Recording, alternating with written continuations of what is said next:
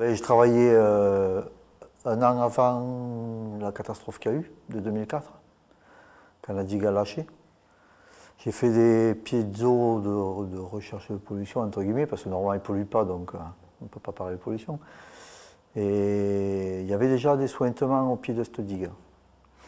Les camions se sont enterrés dedans, donc on a été obligé de déplacer les points de forage.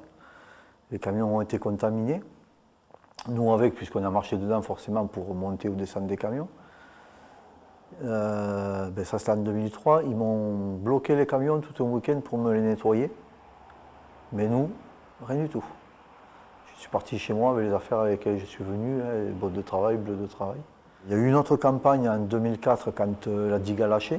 On a été appelé d'urgence, tout en périphérie de l'usine. On a fait des pieds d'eau pour voir à quelle étendue la pollution avait gagné dans les terres. Bon, les résultats, je ne connais pas. Je connais le mien de résultats parce que je suis sorti avec une leucémie de là-dedans. Et en 2005, quand on y est retourné pour faire notre campagne, ils m'ont refoulé l'entrée. Et parce que j'avais un taux de lymphocytes qui commençait un petit peu à monter. Et ils m'ont dit que si j'avais une leucémie, on ne sait jamais, que je ne disais pas que ça vient de chez eux.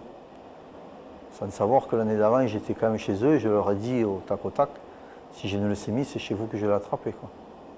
Et là, ça a été le blocus. Les personnes qui m'ont interviewé, qui m'ont demandé les points de forage, m'ont dit que ce n'était pas possible que j'ai travaillé là. Bon, les forages, ils doivent être là encore, donc c'est vérifiable. J'ai heureusement des photos de tout ça, parce que j'étais amené à prendre des photos pour les sites, pour chaque forage que je faisais, chaque implantation, je prenais des photos. Et voilà, et ensuite, moi je ne peux plus rentrer là-dedans. Il y a d'autres équipes qui sont venues à ma place, qui ont travaillé à ma place dedans. Et j'ai ma maladie qui s'est déclarée, enfin qu'on s'est rendu compte en 2007, car j'ai fait une petite attaque, croyant que c'était une attaque cardiaque, et en fait c'était le leucémie qui est rentré dans le cœur.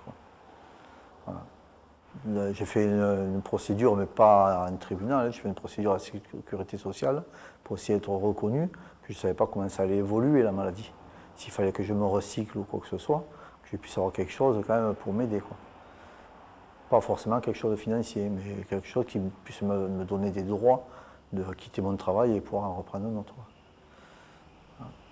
Et cette procédure a échoué car ils m'ont dit qu'on ne pouvait pas faire le lien entre ma maladie, qui est le leucémie lymphoïde chronique, et la radioactivité de Comurex. Plus ça va, plus je me rends compte qu'il y a des gens qui sont malades de la même maladie que moi, et que ça s'étend sur Narbonne.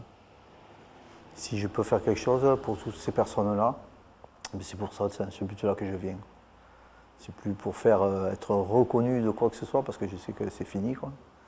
Pour moi, le dossier est classé entre guillemets, parce qu'il n'est pas classé.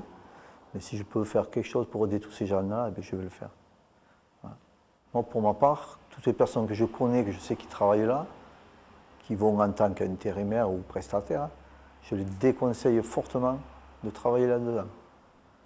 Parce que j'ai eu des échos d'autres sites d'Areva. Comurex, c'est la poubelle de la France. Voilà comme ils appellent. Et personne ne veut y aller de chez eux.